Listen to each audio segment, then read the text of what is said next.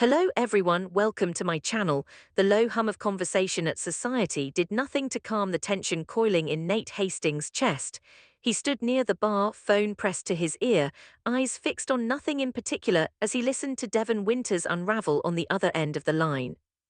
Devon wasn't a man who panicked easily. He'd weathered corporate coups, family betrayals, and personal heartbreak, but this was different. "We still haven't heard from her," Devon said, his voice tight. "Not from Lily, not from the kids." Nate exhaled slowly. "It hasn't been that long." "It's been long enough," Devon shot back. "With Matt involved, every minute matters." The name alone made Nate's jaw flex. Matt Clark had already carved too much chaos into too many lives. Even incarcerated, his shadow lingered over Genoa City, and today's hearing was supposed to be the beginning of closure. Instead, it felt like the calm before another storm. "Lily can handle herself," Nate said, choosing his words carefully. "She's not walking into anything blindly." "Yeah," Devon muttered, "that's what scares me." Nate didn't argue, because underneath the logic and reassurance, he felt it too, that creeping sense that something was about to go wrong. The front doors of society opened, and in walked Victoria Newman, composed as ever, her presence commanding without effort. She spotted Nate immediately. "I'll call you the second I hear anything," Nate told Devon. "Stay close." He ended the call just as Victoria approached. "You look like you're diagnosing the world's problems again," she said lightly, though her eyes were searching. "Just Devon," Nate replied. "He's worried about Lily, about Matt." Victoria's expression darkened at the mention of Matt Clark. "He should be," she said coolly. "That man has cost this family enough." Nate studied her closely. The way she said this family wasn't casual, it was territorial, protective. "Newman." She ordered a drink and turned fully toward him. "I need to get Newman Enterprises back where it belongs," Victoria said without preamble. Nate arched a brow. "Which is?" "In my father's hands," she replied, "and at his side me." There it was, the real battle. Since Adam Newman had slipped back into Victor Newman inner circle, Victoria had been fighting an invisible war. Adam, the prodigal son, the forgiven traitor, the once exiled child now restored. "I won't let Adam rewrite the narrative," Victoria continued. "I built that company, I protected it, I deserve my position." Nate didn't disagree, but he saw something deeper, a daughter still craving her father's validation. "And if Victor doesn't see it that way?" Nate asked gently. Victoria's jaw tightened. "He will." "But if he does," Nate pressed, "what's your contingency plan?" She hesitated, just barely. "I don't need ones." "That's not true," Nate said softly. "You need to know that your worth isn't dependent on Victor's approval." Her eyes flickered, vulnerability breaking through the steel. "I care about you," Nate admitted, "not just professionally, personally. I want you secure with or without Newman Enterprises." For a long moment, the noise of society faded into the background. Victoria stepped closer. Outside, beneath the dim city lights, Nate pulled her into a kiss, deep, certain, unguarded. For once, neither of them was strategizing, they were simply choosing each other. Across town at Crimson Lights, the mood couldn't have been more different. Tessa Porter strummed lightly on her guitar, glancing at Daniel Romalotti Jr., seated across from her. "You sure you want distraction music?" she asked gently. "Yeah," Daniel said, rubbing a hand over his face, "before my brain explodes." He didn't need to explain. Between the tension with his mother and the ripple effects of the Matt Clark situation, his world felt like it was splintering. Tessa began playing something soft, familiar, grounding. For a brief moment, Daniel's shoulders relaxed. Then the door swung open. Phyllis Summers stormed inside like she owned the oxygen in the room. Her eyes locked onto Daniel instantly. "I will never forgive you," she declared. Daniel closed his eyes briefly. "Mom." "Oh, do mom me," Phyllis snapped. "Your sister won't even open the door to me in Milan." The mention of Summer Newman tightened something in Daniel's chest. "You did that," he said evenly. "Not me, not Nick." Phyllis laughed bitterly. "You and Nick Newman filled her head with lies." "We told her the truth," Daniel countered. Phyllis leaned in. "Summer would be celebrating her victory right now if it weren't for your meddling." Tessa shifted uncomfortably, but Daniel didn't back down. Lily and her kids were kidnapped because of the mess you helped create, he shot back.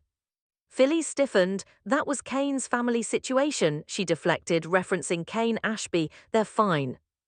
You never take responsibility, Daniel said quietly, and that hurt more than shouting ever could. Phyllis' bravado cracked for just a second. Are you really shutting me out forever? She asked. Daniel's voice lowered. Maybe. Forever is a long time, she whispered. So is the damage you've done. He stood and motioned for Tessa to follow him. Phyllis watched him walk away, her son slipping further beyond her reach. Moments later, she found herself face to face with Sharon Newman at the counter. Well, Sharon said coolly, looks like things aren't going your way. Phyllis forced a tight smile. Careful, Sharon, I always land on my feet. We'll see, Sharon replied calmly. At the Genoa City Athletic Club, a different battlefield unfolded. Jack Abbott approached Victor with a smirk that barely disguised his satisfaction. Retirement treating you well? Jack asked smoothly. Victor's gaze sharpened. Temporary setbacks do not define me. Jack joined Diane Jenkins Abbott at the bar, clearly enjoying the moment. Nearby, Nikki Newman leaned closer to Victor. Where were you? She asked softly. You were gone longer than you said. Victor lowered his voice. I was securing incentives for Kane. And Lily, Nikki pressed. She's been apprised, Victor assured her. Nikki studied him carefully. She loved this man, but loving Victor meant accepting secrets as currency. We'll get our empire back, Victor declared confidently, raising his glass. They toasted. Across the room, Diane watched uneasily. He's bluffing, Jack said confidently. That facade will crumble any minute. As if summoned by fate, Victor's phone rang. He answered, and something in his expression shifted. Cold. Focused. Dangerous. We're leaving, he told Nikki. They exited quickly.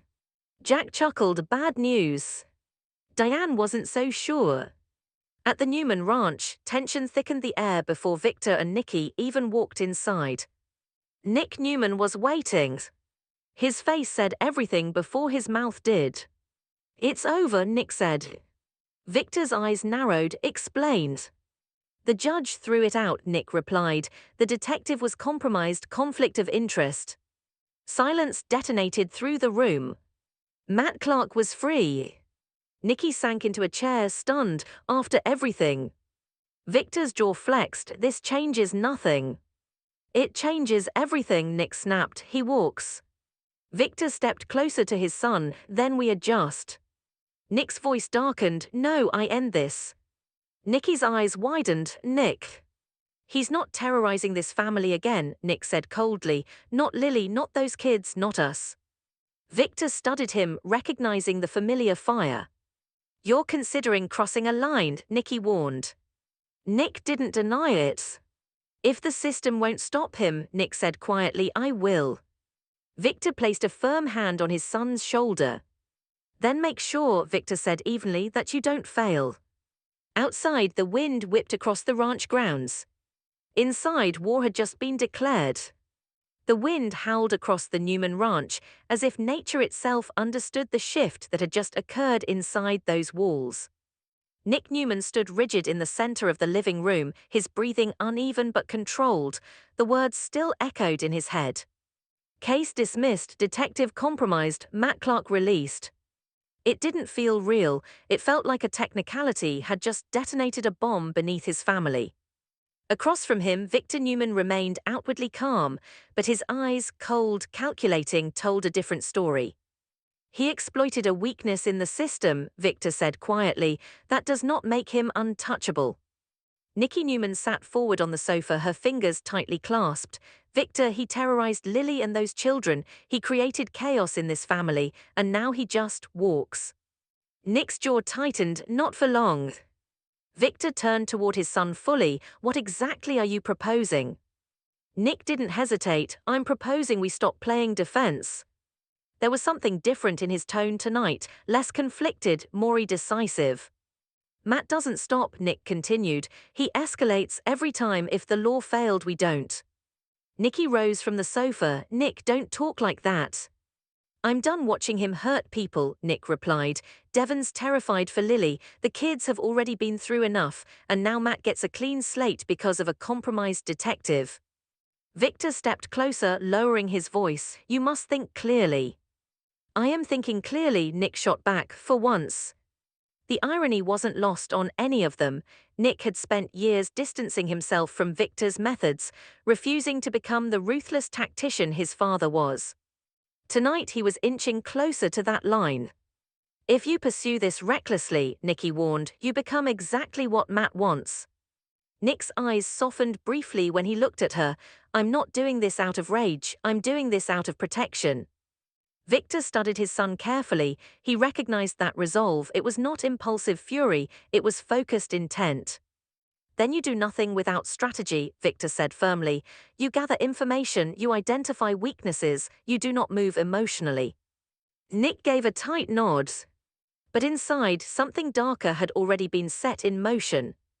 Across town at Society, Victoria Newman stood alone at the bar after Nate had stepped away to take another call.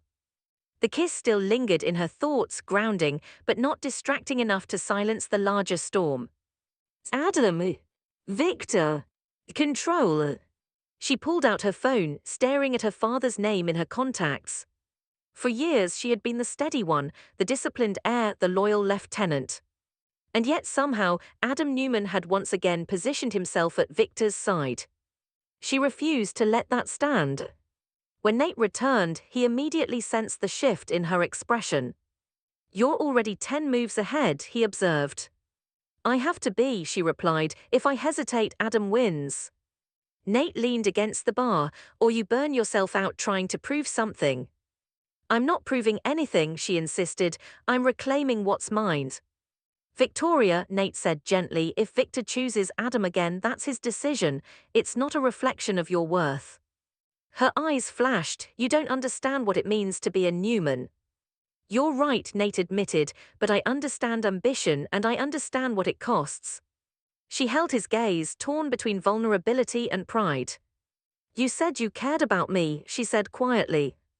I do. Then trust me to handle this my way. Nate exhaled slowly. Just promise me you won't sacrifice yourself in the process. Victoria didn't answer. Because deep down, she knew she might. At Crimson Lights, the confrontation between Phyllis Summers and Sharon Newman simmered beneath polite tones. You always did enjoy watching me struggle, Phyllis muttered.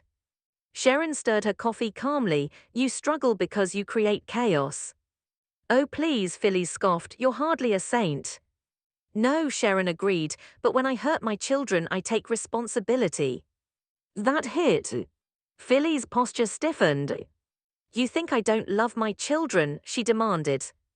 I think, Sharon replied carefully, that love without accountability isn't enough. For a split second the fire in Phyllis' eyes wavered.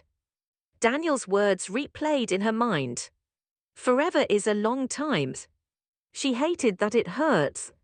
Meanwhile at the Genoa City Athletic Club, Jack Abbott remained confident that Victor's world was collapsing. He got bad news, Jack told Diane Jenkins Abbott. I saw it. Or, Diane countered carefully, he got information. Jack frowned slightly. About what? That's the problem with Victor, Diane said. You never know if he's losing or planning. Jack's smirk faltered. Back at the ranch, the tension had not eased. Victor stood near the fireplace, his mind clearly working. If Matt believes he's won, Victor said slowly, he will grow careless. Nick paced again. He won't disappear quietly. No, Victor agreed. He will want to make a statement. Nikki looked between them. And you intend to let him? Victor's eyes hardened. I intend to let him reveal himself. Nick stopped packing and then. Victor met his son's gaze evenly. Then we ensure he regrets it. The room fell silent. Nick nodded once. This wasn't about rage anymore. It was about strategy. But as he stepped toward the door, Nikki's voice stopped him. Nick, promise me something. He turned. Don't lose yourself in this. For a moment the anger softened. "I won't," he said. But even he wasn't fully sure that was true. Elsewhere in Genoa City, Matt Clark stepped out into the cool night air a free man. The legal system had failed to contain him. And somewhere deep inside the Newman ranch, a new war had just been declared. Victoria was maneuvering for power. Adam was tightening his bond with Victor. Phyllis was watching her family slip through her fingers. Jack was convinced his enemy was crumbling.